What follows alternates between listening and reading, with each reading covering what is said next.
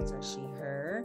I am a co-artistic director and resident playwright with Power Street Theater, as well as freelance multi-hat wearer and many other things.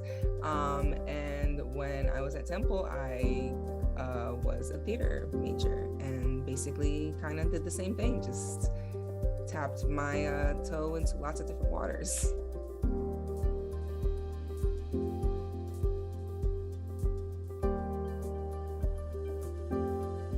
I feel like the main thing that comes into my head is, well, obviously my life, but also I think like my mother is a character that definitely appears often in my plays, and something about that intergenerational like relationships and loving someone who you're so different from, who grew up so differently from you. My mother is very conservative and she grew up in the Dominican Republic. I grew up in the United States. I was born in the Dominican Republic, but I grew up here. So my sentiments about how things are, how things should be are often very different from her.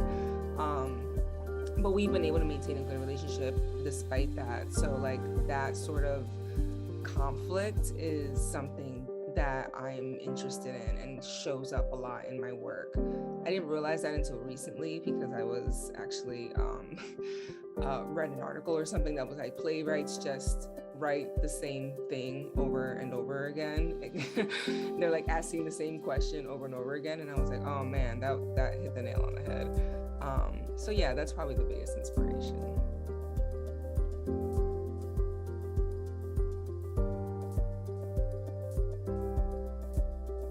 I hope it reaches folks like me, and when I say that, I cross a lot of different boxes, I guess. My protagonists when I write are always women, and often Latinas. So that is my experience. So I want to write from what I know as a Latina, but also I want to create roles for other Latinas. I'm a performer as well. So when I'm writing roles, I want to write roles and I'm like, I want to do this role, like if it's a role that I want to do, then I know that I'm writing a good role. So I always think of as a playwright, I'm creating work for other people. So I always want to think about like writing something that would resonate with a Latina actress. So that part of it, but also like there's so many different things that that cross into my life. Like I just wrote a play recently called La Egoísta that kind of talks about chronic illness, and that is something that I have dealt with. So finally, after many years after my diagnosis, like a lot of times it takes times after experiencing something for it to settle before you're able to actually like write about it. So, I wouldn't think like my play would resonate with a 65-year-old white man, but a 65-year-old white man who has battled a chronic illness and has had to navigate the healthcare system would probably, and maybe, has not a lot of money, would probably relate to a lot of the things that a Latina navigating a chronic illness in my play would relate to. So I kind of just writing for a lot of times for the unspoken things. One of my plays was about domestic violence, and I very much wanted to like be like, wow, like this is something that is so prevalent and that happens in so many households and in so many places, and it's not like at that time in my life, I felt like nobody was talking about it. So I wrote a play, and that was my way of being like, let's talk about this thing that we should be talking about that affects so many of our lives. So yeah, a lot of times I'm writing for creating conversation, for creating roles for others, and for unpacking within myself the questions that I don't know the answers to, and that I think other people might also be pondering.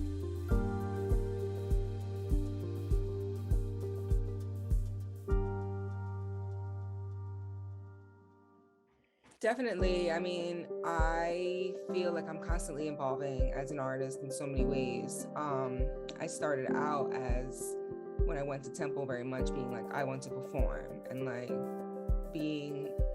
give me a script so that I can learn a role and I'm going to go through this track of like, I'm going to audition, and I don't know, like that was what I really was like focused on. And so after I kind of dipped my toe in other things like writing and directing, I realized like, oh, I really like this too. Like this is giving me another kind of like feeling like acting does, like, ooh, yeah.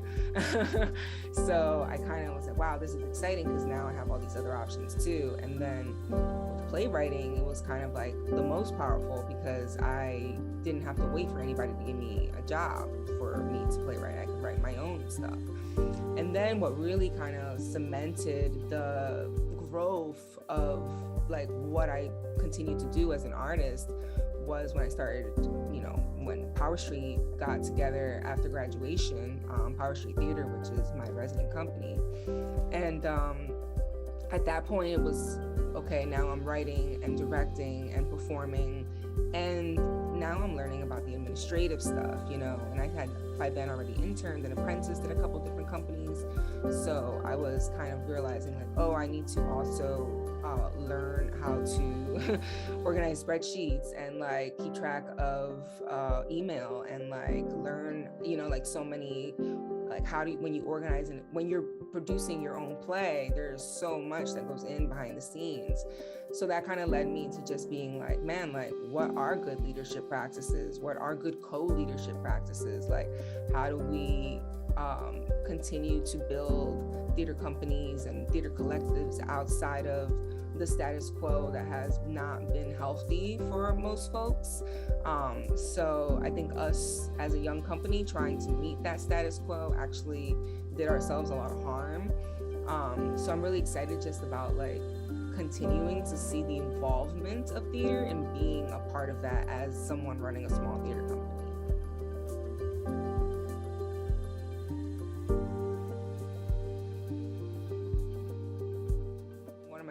One of my favorite teachers was Cheryl Williams, and she was just an amazing acting teacher. She got me to, I don't know if I'm up to curse, but she got me to say the F word. And I was very like pure and wholesome when I arrived at Temple. Like I didn't even know how to say vagina. Like I was in the vagina monologues, and it like took me like so long to be able to say vagina. But yeah, no, Cheryl Williams was like one of the folks who like really got me to like break out of my shell as a performer, and I think that helped me break out of my shell in other ways. But I mean, I feel like what I learned, a lot of it was like I had all the pieces from Temple, but it didn't all really cement until, well, the internships and the apprenticeships works. I interned at Plays and Players, and then I apprenticed at Interact Theater Company. So like seeing that behind the scenes work really like cemented what I had, like the artistic work that I had been learning at Temple. But also I ended up joining a Latina sorority when I was at Temple and being the president for a year and a half. So that was also like a huge, like theater and the sorority were sort of balanced out. Like the theater world never took over in that way, because I always had this other world that was like challenging me in these other ways that I still use today. So yeah, I could go on a tangent about that, but I don't. No, thank you so much. Thank you. That just occurred to me, you know, when you're saying that, I was like, well, who did you work with? Yeah, I mean, I'm like, I could look at my roster now. Lee Richards was my directing teacher that I adored. It was like, I actually had him for directing, and he taught me to like well, how was it? Oh, I had him for acting and for directing. I had him for 2 classes.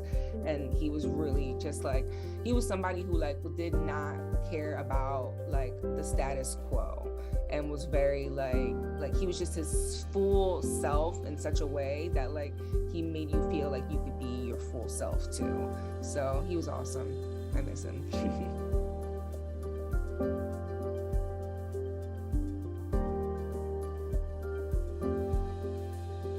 I feel like, first of all, when I first saw this, I have to say this was my 4th or 5th year applying for this. So when I first saw it years ago, I remember thinking like, oh, this is what I'm doing. Like that's like, I was like, oh, there's like art and change, and like, art that is consciousness raising, and like just like the list of the different things that they had of like who they considered like a Leeway artist. I was like, oh, this is this is what I'm doing, you know? So that sort of, I think, actually gave me more language in a way to understand even what it was that I was doing, and what Power Street was doing, and what Gabby Sanchez, who was my partner with Power Street, and I were doing, like working together in this non-traditional way as co-leaders. So I really, I even though it was painful for so many years to get rejected, in a way, it also like helped me to continue to like check and refine and be like, am I doing the thing that I said I was going to be doing? Like, am I actually writing for the values that I said I was going to be writing for? Like, and just like continuing to like ask myself those questions every year, because applying for so many years, like helped me actually in a way to understand more of who I was as an artist.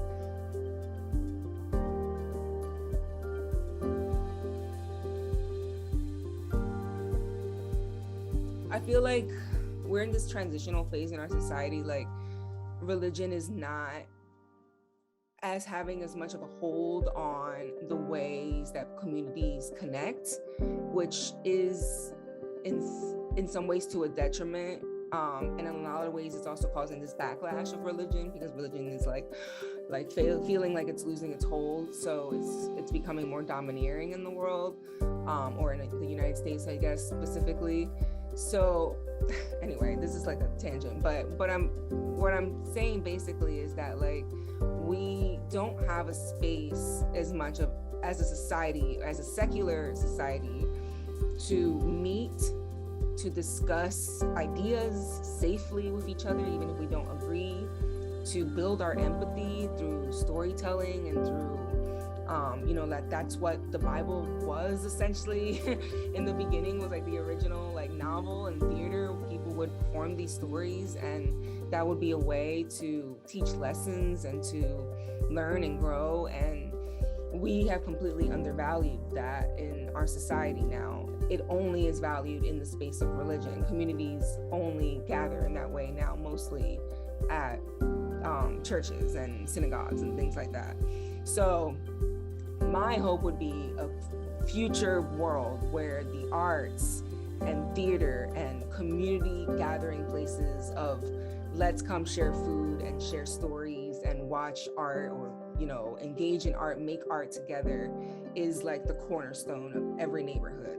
Like, instead of seeing the, you know, cross and dead Jesus, you know, and going down every street that you're seeing, like, you know, whatever, the happy sad face of drama or something.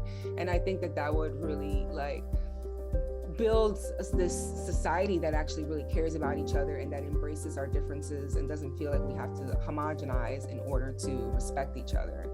So that's my overall view. And I really feel like Power Street's model and the model of other companies that are doing things like Power Street is like the beginning of that.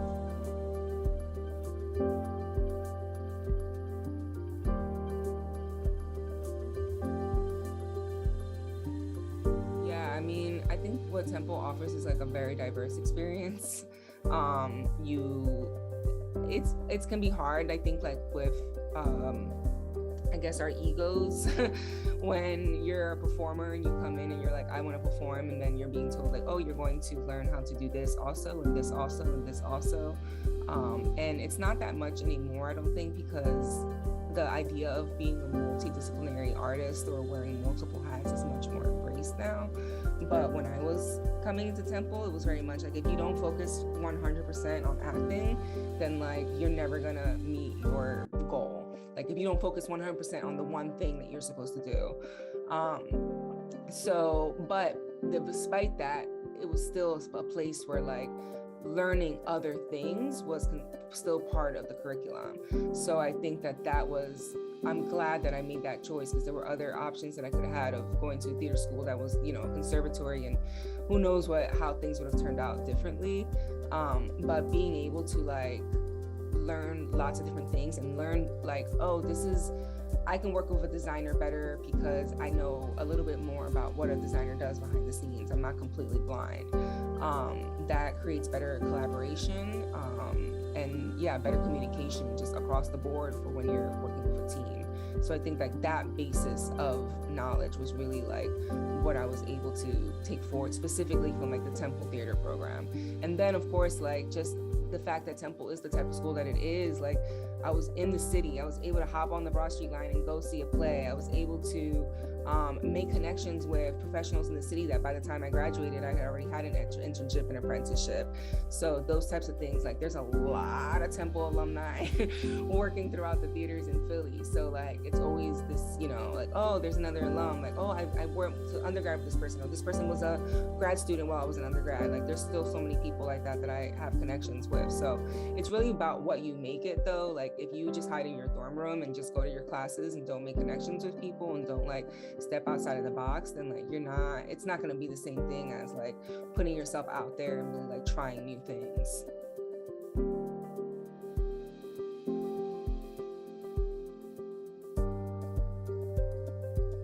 We are Power Street Theater. We were founded right as we were graduating in 1087, or a practicum, I don't know what it's called now, but the big meeting. We started out basically like, let's get a group of folks together who feel like they are minorities, because that's what the word was at the time that we were using. Obviously, we don't use that word anymore, or maybe not obviously, but we don't use that word anymore.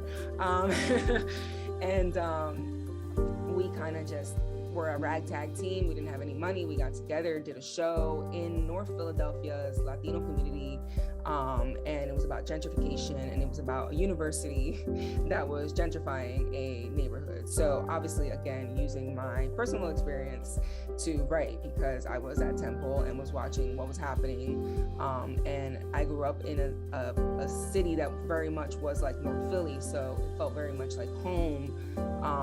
And then, you know, seeing the ways that like a place that I felt like home was being talked about and looked at and dealt with by the university, it was very jarring. So that kind of prompted me to write Minority Land. And then from there, we had an audience, and it was like, oh, there's a whole community out here that like wants to see this type of theater, wants to see bilingual theater, cares about these stories, wants to support us. And for me, that really cemented everything, because then it was like, okay, I'm not just writing for myself, like there is a whole group of people out here who like want these stories, who want this, and who need this, you know? So like, I think that Power Street created that urge for me even more. And then we continued basically beyond that, like, okay, beyond doing a play and having a talk backs. We always had talk backs after our shows, because it's like, okay, we want to make sure we talk with folks about what they just experienced. We decided that we wanted to expand. We ended up getting funding for classes. So now we have adult theater classes, which actually registration is going to be starting today for that.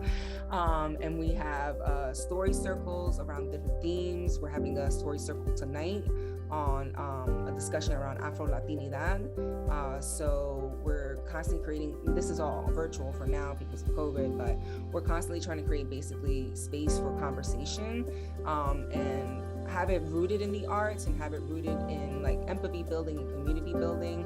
And with the hope also that like all of these folks that like come to these different story circles, when we are finally able to do another show in person, that they'll be ready and excited to come and join and support us, even though we haven't been able to gather.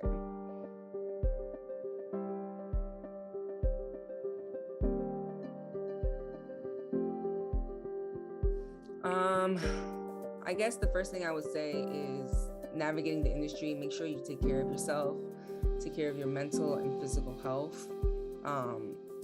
Don't fall for the trap that because you're young that you are invincible, which is what I did and why I ended up like really pushing my body to the point that I got very sick, and now, you know, I have Crohn's disease and have to really take care of myself. In a way, it's helped me focus more, because I'm like, all right, I have to take care of myself. Like I can't pretend like my body is just gonna truck along if I don't sleep.